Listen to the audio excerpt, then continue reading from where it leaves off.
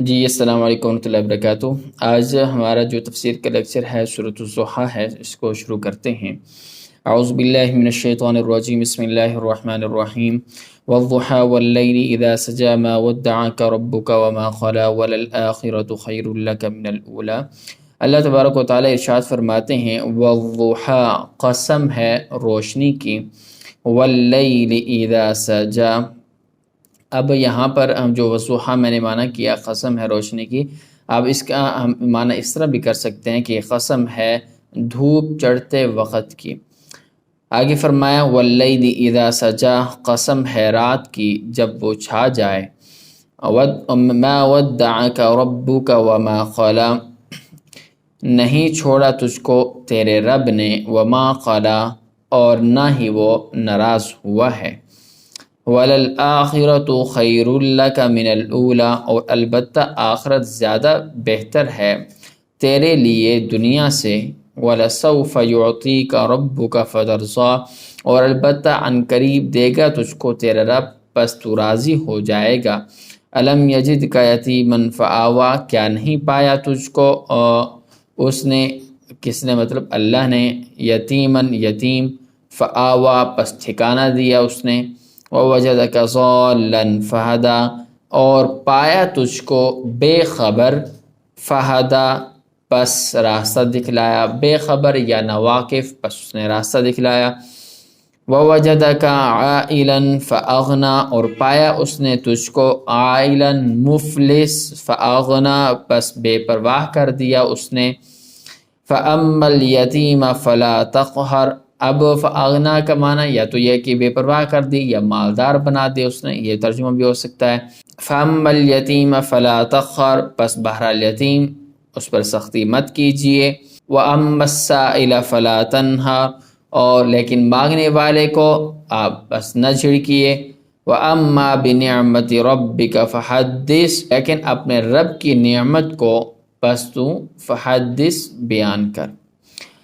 اب آپ کے سامنے اس صورت کا ترجمہ آ چکا ہے، اب اس صورت کی ہم تفسیر شروع کرتے ہیں، لیکن ہم اس کی تفسیر مختلف سیکشن میں آپ کے سامنے لے کر آئیں گے، چونکہ اگر ہم ایک ہی سیکشن میں آپ کے سامنے اس کی تفسیر بیان کر دیں تو شاید ویڈیو بہت لمبی ہو جائے۔ اب سب سے پہلے ہم تو یہ دیکھنا ہے کہ اس صورت کا نام کیا ہے۔ یہ اس صورت کو سورۃ النبی بھی کہا جاتا ہے، سورۃ الضحیٰ بھی کہا جاتا ہے، اور اس کا پیچھے والی صورت کے ساتھ ربط کیا ہے کہ پیچھے والی جو صورت ہم نے سورۃ اللیل پڑھی تھی، اس میں فَأَمَّا مَنْ أَعْطَىٰ سے لے کر لِلْعُسْرَىٰ تک دین اسلام کے اہم اصول اور فروع دین کا ذکر کیا گیا، اور تصدیق کرنے والے کے لیے وعدہ ثواب اور تکذیب کرنے والے کے لیے وعید کا بیان تھا، عذاب کی وعید ذکر تھی۔ اب پچھلی صورتوں میں بلکہ پورے قرآن میں انہی اصول عقائد اور فروع اعمال کا ذکر تھا، تو گویا گزشتہ صورت میں خلاصہ قرآن کو بیان کیا گیا۔ انہی اہم اصول سے ایک مسئلہ رسالت بھی ہے، چنانچہ سورۃ الضحیٰ میں اس مضمون کو بیان کیا گیا۔ اسی کے مناسب اور مضامین آئیں گے، مثلا نبی کریم صلی اللہ علیہ وسلم پر جو بعض انعامات کیے گئے ہیں ان کا بیان، ان انعامات کے شکریہ میں بعض اوامر و نواہی کا بھی ذکر آتا ہے۔ اب پہلی صورت میں چونکہ حضرت ابوبکر صدیق رضی اللہ تعالی عنہ کا ذکر تھا، تو اس لیے اس صورت کو سورہ ابی بکر بھی کہا جاتا ہے، اور اس صورت میں جناب نبی کریم صلی اللہ علیہ وسلم کے فضائل کا ذکر ہے، تو اس لیے اس صورت کو سورۃ النبی بھی کہا جاتا ہے۔ اس صورت کا شان نزول کیا ہے؟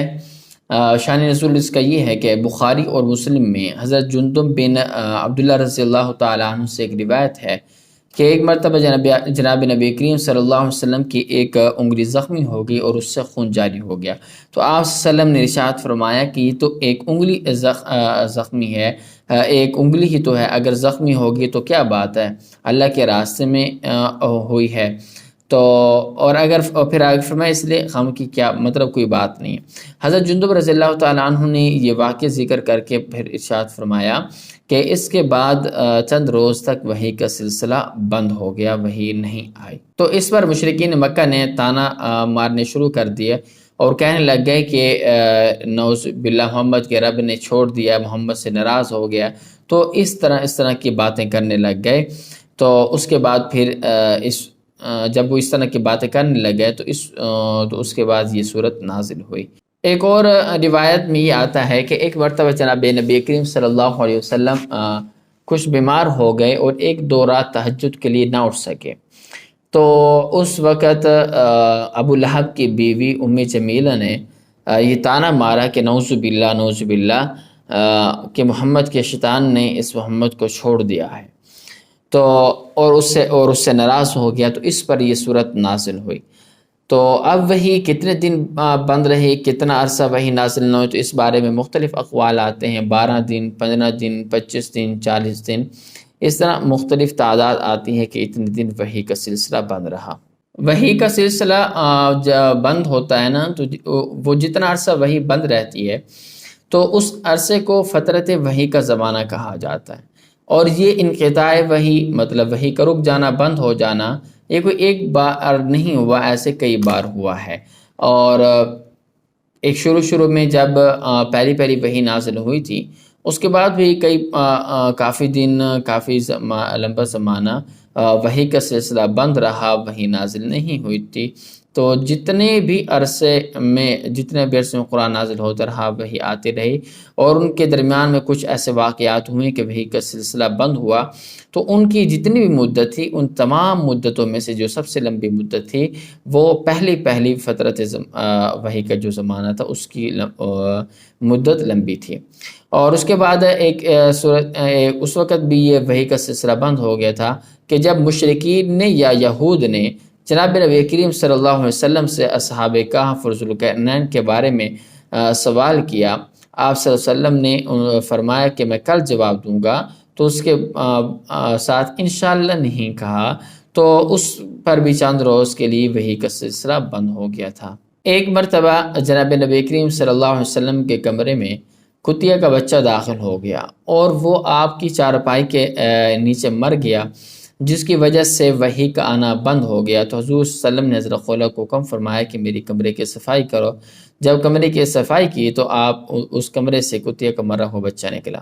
مطلب یہ ہے کہ چونکہ جہاں پر کتا ہوتا ہے تو وہاں پر فرشتے نہیں آتے، رحمت کے فرشتے بھی نہیں آتے، تو اس لیے وحی کا سلسلہ بند رہا، تو وہاں پر وحی نہیں آتی تھی۔ جب اس کی صفائی کی گئی تو نکالا گیا، اس کے بعد وحی کا سلسلہ دوبارہ شروع ہو گیا تھا۔ اب یہ چند دن کے لیے بھی ہو سکتا ہے، سمجھ میں آ رہی ہے، چند لمحوں کے لیے بھی ہو سکتا ہے بہرحال۔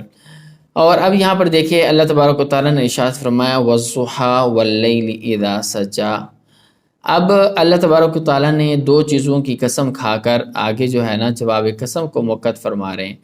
نمبر 1 ضحیٰ کی قسم کھائی ہے کہ بعض مفسرین کے نزدیک ضحیٰ سے پورا دن مراد ہے، کیونکہ واللیل سے بھی پوری رات مراد ہے اس لیے، اور بعض رات کے نزدیک دن کا ایک حصہ یعنی چاشت کا وقت مراد ہے، جب سورج طلوع ہونے کے بعد کچھ بلند ہو جائے اور اس کی روشنی ہر طرف پھیل جاتی ہے۔ اصل ٹائم بھی وہی ہوتا ہے، ضحیٰ کو عربی میں بھی اسی وقت کو بولا جاتا ہے، عربی کے اندر بھی، تو یہی راجح قول ہے۔ اب یہاں پر یہ سوال ہوتا ہے کہ اب اس مخصوص وقت کی قسم کھانے کی حکمت کیا ہے؟ تو اس کے بھی مختلف ارشادات نقل کرتے ہیں کہ یہ وقت ایسا ہوتا ہے کہ سورج کی روشنی ہر طرف پھیل جاتی ہے، رات کو کوئی بھی مخفی چیز جو ہے نا وہ پوشیدہ نہیں رہتی، تو اب سورج کی سلطنت کا عروج ہوتا ہے۔ اور یہ بھی ہے کہ یہ ایسا وقت ہے کہ ہر زمانے میں اعتدال ہوتا ہے، گرمی میں، سردی میں، ٹھیک ہے، اور اس کے اعتدالی کیفیت میں یہ رہتا ہے، نہ بہت زیادہ گرمی ہوتی ہے نہ بہت زیادہ سردی ہوتی ہے، کہ اعتدال کسی کیفیت ہوتی ہے، اس لیے اس کی قسم کھائی۔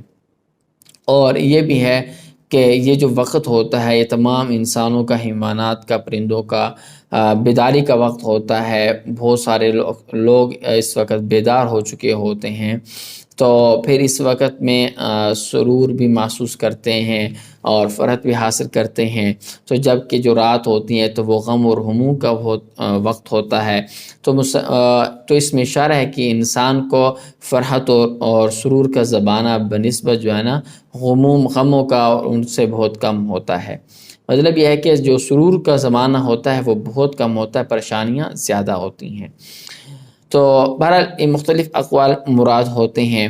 تو جی آج کی تفسیر آپ کے سامنے آ چکی ہے، اسی کے ساتھ ہمیں اجازت دیجیے، تو نیکسٹ ویڈیو میں آپ سے ایک بار پھر ملاقات ہوگی۔ بہت شکریہ، السلام علیکم ورحمۃ اللہ وبرکاتہ۔